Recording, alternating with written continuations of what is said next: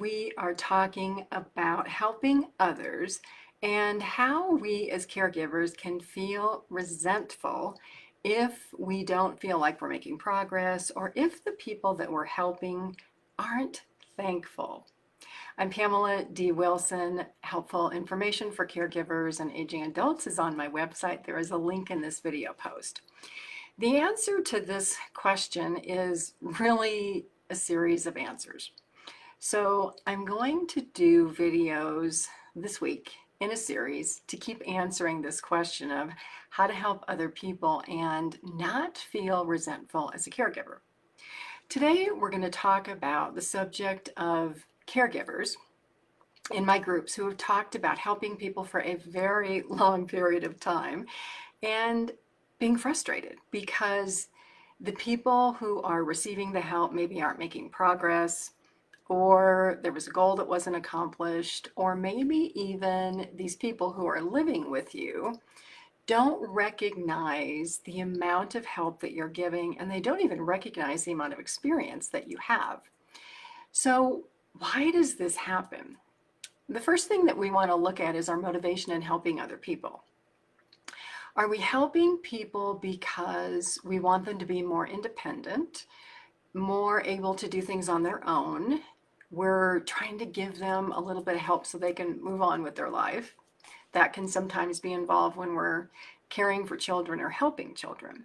With elderly parents or older adults, it can be the same thing. We can be trying to help somebody be more independent, more able-bodied, or we know that we have experience and the ability to solve a problem, and we're watching somebody struggle and we're thinking, do I jump in and help? Do I say something? Do I keep my mouth quiet? I could make this a lot easier, but will they even be interested at all?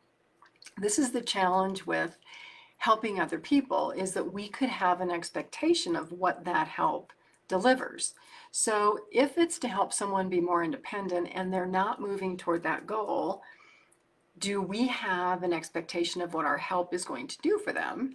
And do they even agree with us? Are they in the same place, or are we just helping kind of like a futile cause because we're not in agreement of where we want to go? And I'll share some experiences from my personal life. Will laugh at me today. So the first is one of my sisters. I have a sister who's older, and she knows what I do. I've done this caregiving for more than 20 years, helped a lot of people. And so my sister said to me, well, we're all getting older. Will you be the personal rep of my estate, my medical financial power of attorney? I'm like, sure, I'd be happy to do that for you. So she knows that she needs it, but she hasn't done it yet. But every 6 months I ask her, I'm like, how are you coming along with those documents? Have you gotten that done? Because there's this nagging thought in the back of my head here that's saying, she is going to leave you a mess to clean up. Now, she knows that I can clean up the mess because I've done it for many clients over the years, but I'd rather not be in that mess to have to clean up. So my goal is, how do I convince my sister, who really knows that she should do this, to just get this paperwork done so that I'm not left cleaning up a mess if something unexpected happens to her? Part of this is motivation, and it's time sensitivity, and it's, am I even in a situation where I need to do this? So this is the first reason why people that we try to help don't accept our help or don't move forward with the help that we're offering, because there's no time sensitivity.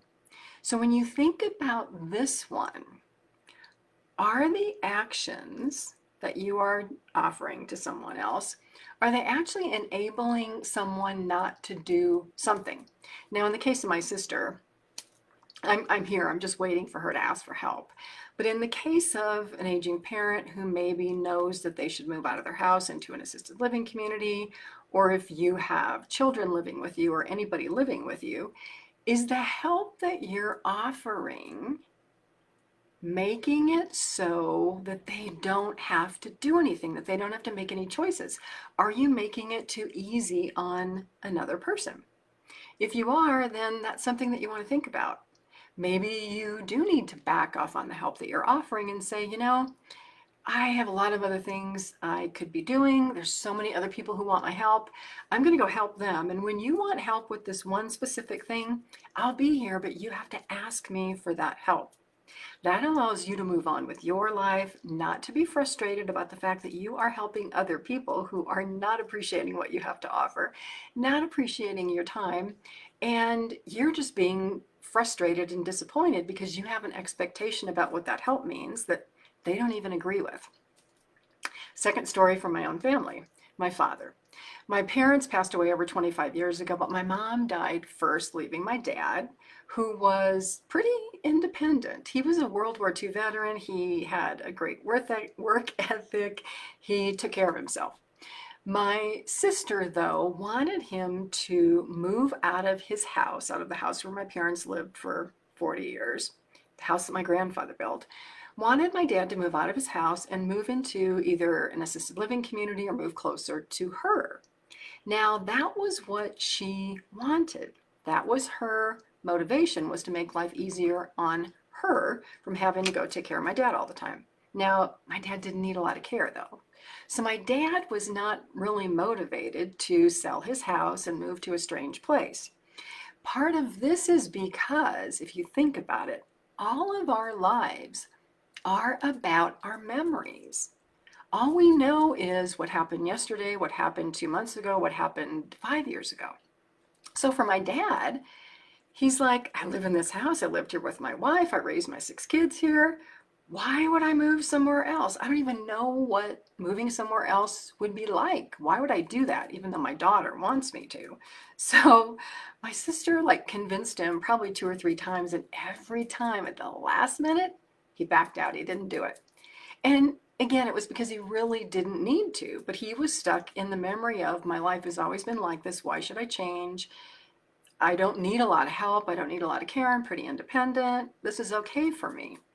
So that's another reason why the people that we're helping may not accept our help or may not realize how we can help them. It's because they're living in the memory of what their life is like. So if they complain all the time, if they're miserable all the time, that's all they know. They don't know that life could be better if they got help. They don't know that life could be better in a different situation. If the people that we're helping continually struggle, all they know is struggle.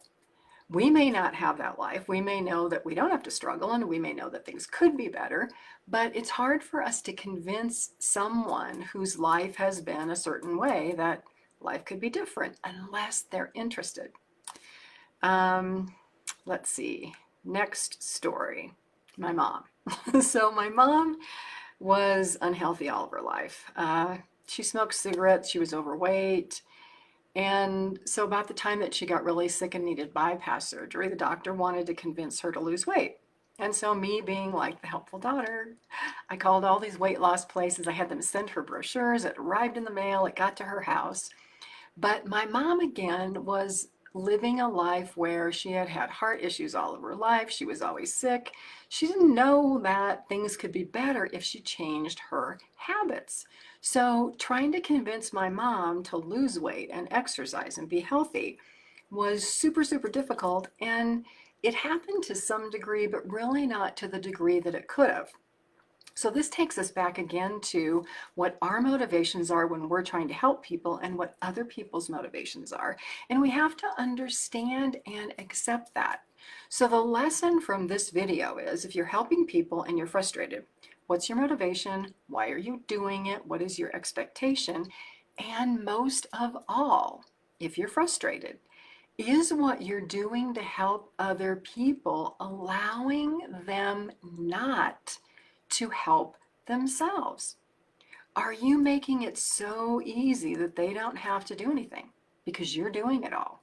And then you feel like they're not thankful, or you feel frustrated.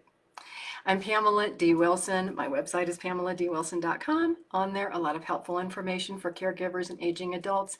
Continue to join me in this video series about helping others and why we feel frustrated. I'll probably end up doing 3 or 4 videos.